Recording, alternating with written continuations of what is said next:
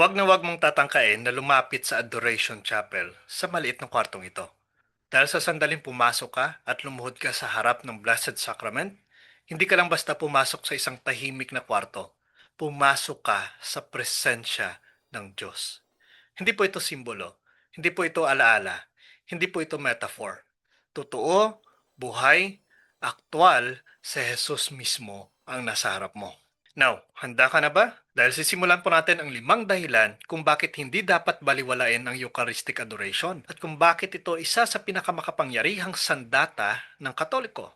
Una sa rason kung bakit mahalaga ang Eucharistic Adoration, ito ay upang tayo ay makalapit sa real presence of Jesus. Ito pong pinakamalalim, pinakamahalaga at pinakamystical po na katotohanan. Si Jesus po ay tunay na naroroon sa Eucharistia. Body, blood, soul, and divinity. Hindi po kagaya ng ibang relihiyon, tayo lang bilang Katoliko ang may real presence. In John chapter 6 verse 55, sinasabi po dito, my flesh is real food, my blood is real drink. In Matthew 26 verse 26, sinasabi din, this is my body. Hindi po sinabi ng ating Panginoong Jesucristo that this represents my body. Hindi kaibigan, hindi simbolo. This is my body. Ang sabi mismo ng ating Panginoon. At dahil po dito, kapag pumapasok ka sa Adoration Chapel, hindi ka pumapasok sa simbahan.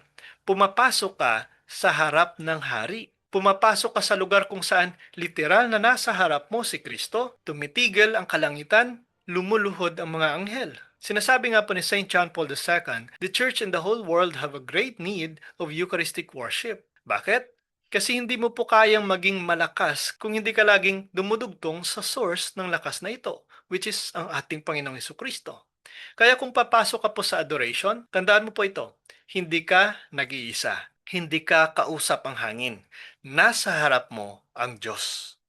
Pangalawa po sa rason kung bakit may Eucharistic adoration, because in order for us to grow in deep personal prayer. Sa panahon pong puro ingay, notification at pressure, nakakalimutan po ng tao ang mahigit na 2,000 years old discipline ng contemplative silence. At dito pumapasok ang adoration. Dito, wala pong script. Dito walang memorized prayer na kailangan. Dito walang pressure na magsalita. Magpakita ka lang. Because adoration is not about words. It is about presence. Dito po pwede kang umiyak. Dito po pwede kang manahimik. Dito pwede kang magsumbong. Dito pwede kang magtanong. Dito pwede kang magpahinga. Dito pwede kang wala munang gawin. Sabi nga po ng mga santo, in silence, God speaks loudest. At bakit pumalalim ang dasal sa adoration? Dahil ang kausap mo po ay hindi ideya, hindi konsepto, hindi kwento, kundi si Jesus mismo na nasa harap mo, nakatingin sa iyo, nagmamahal sa iyo. Kung gusto niyo pong lumalim ang prayer life, ito po ang secret ng mga santo. Pumasok ka sa Adoration Chapel. Pangalawa po sa rason kung bakit may Eucharistic Adoration, because in order for us to find peace in a noisy world. Araw-araw po may pressure, may problema, may stress, may expectation ng iba. Ang mundo ay maingay. Kahit tahimik ang kwarto mo, maingay ang isip. Pero sa adoration, ang kaluluwa mo humihinga. Kahit 15 minutes lang, babagal ang tibok ng puso. Liliwanag ang isip. Mawawala ang bigat sa dibdib. Mararamdaman mo ang Diyos. Sabi nga po ni Saint Teresa of Calcutta, spent hours before Jesus in the Blessed Sacrament.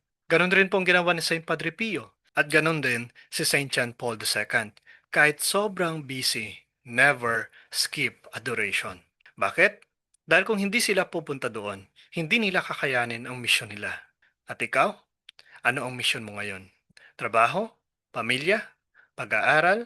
Pag-ahon? Mas kakayanin mo lahat yan kung naroon ka muna sa presensya ng Prince of Peace. Pang-apat na rason kung bakit may Eucharistic adoration, for spiritual strength and protection. Ito po ang hindi alam ng marami. Adoration is spiritual warfare. Kapag lumalapit ka kay Jesus in the Eucharist, ang demonyo ay literal na umatras. Bakit? Kasi ang Blessed Sacrament ay light that darkness cannot overcome. Ito po ay grace that strengthens the soul. Ito po ay presence that burns demons. Ito po ay love that defeats fear. Kung mahina ka sa temptation, kung paulit-ulit kang bumabalik sa kasalanan, kung hindi mo na kayang labanan ang tukso, lumapit ka kay Jesus. Dahil siya ang kalasag mo. Sabi nga in Psalms 27 verse 1, the Lord is my light and my salvation. Who shall I fear? Kapag regularly kang pumupunta sa adoration, mapapansin mo, mas madali umiwas sa kasalanan, mas malinaw ang desisyon, mas matatag ang puso, mas malakas ang loob. Bakit? Kasi ang soul mo pinapatibay ng Diyos mo. Panglimang rason kung bakit may Eucharistic adoration, to intercede for the world. Marahil hindi mo alam, you become a spiritual warrior when you kneel before the Eucharist. Hindi mo lang dala ang sarili mo, dala mo ang buong mundo. Sa harap po ni Jesus, pwede mong ialay ang pamilya mo, kaibigan mo, mga may sakit, mga nawawala sa pananampalataya, kapayapaan ng mundo, mga nagugutom, mga naliligaw, ang kinabukasan mo. Hindi mo po kailangan maging pare, hindi mo kailangan maging madre. Sa adoration po, isa kang intercessor. Kasama mo si Jesus in His saving work. Kahit tahimik po ang prayer mo, tumatagos ito sa langit. And that is power. Kaya ka-curious, Eucharistic adoration is simple. Hindi komplikado. Hindi po yan intimidating. You simply show up, sit or kneel, and love Him.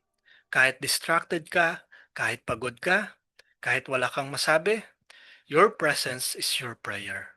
Because love always shows up. Hindi po aksidente na napanood mo ito.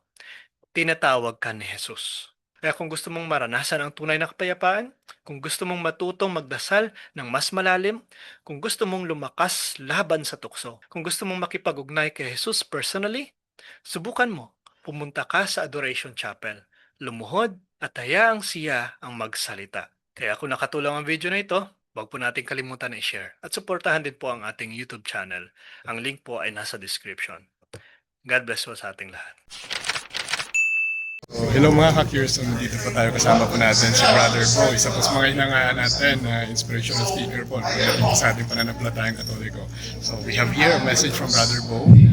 Yes, keep on remaining faithful to our Catholic faith. And it's important that you keep learning because let's face it, maski gaano katanda tayo, ang dami-dami pa nating to learn about our faith, and keep listening to this guy.